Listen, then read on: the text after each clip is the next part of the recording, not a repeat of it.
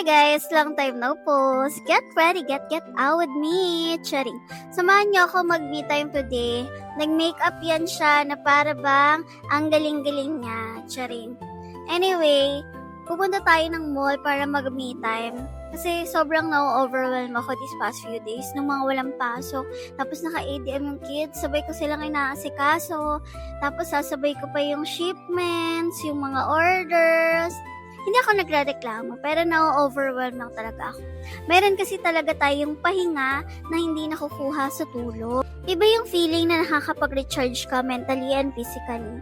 Sa mga nagtatanong kung bakit hindi ako kumukuha ng yaya, hindi po ganun kadali kasi maghanap ng yaya, especially sa panahon ngayon. Tatakot din ako at saka iba pa rin yung feeling ng mga bata na ikaw na mismong nanay ang nag-aalaga sa kanila. Kaya sobrang thankful ko sa husband ko na binibigyan niya ako ng time para sa sarili ko.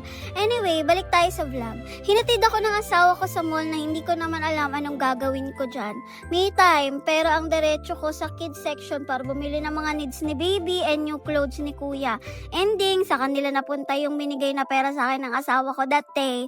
Ganto ata talaga tayong mga nanay. Palagi talagang priority natin ang mga anak natin. Nagtingin din naman ako para sa sarili ko. Syempre, me time nga eh.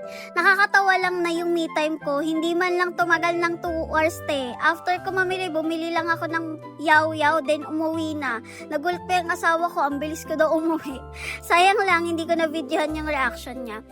Akyat baba kasi ako sa mall, tapos hindi ko alam kung ano ba yung dapat kong gawin, ano ba yung pupuntahan ko. Nagtry pa nga akong pumunta sa salon kasi sige, sabi ko pakulay ako ng hair. Pero buti na lang, hindi na pwede kasi aabutin daw ng 3 hours kasi hindi naman talaga ako 100% decided na magpakulay. Tapos sabi ko magpapa-pedicure ako, manicure ako, pero tinatamad ako kasi sabi ko, ilang oras na naman akong uupo, nagugutom ako. Hindi ko rin naman alam kung anong dapat kong kainin. Ewan ko. Siguro nasanay na naman ako na kapag aalis kami, meron lang kaming shipment or magbobodega ko or either ipapasyal namin yung mga bata.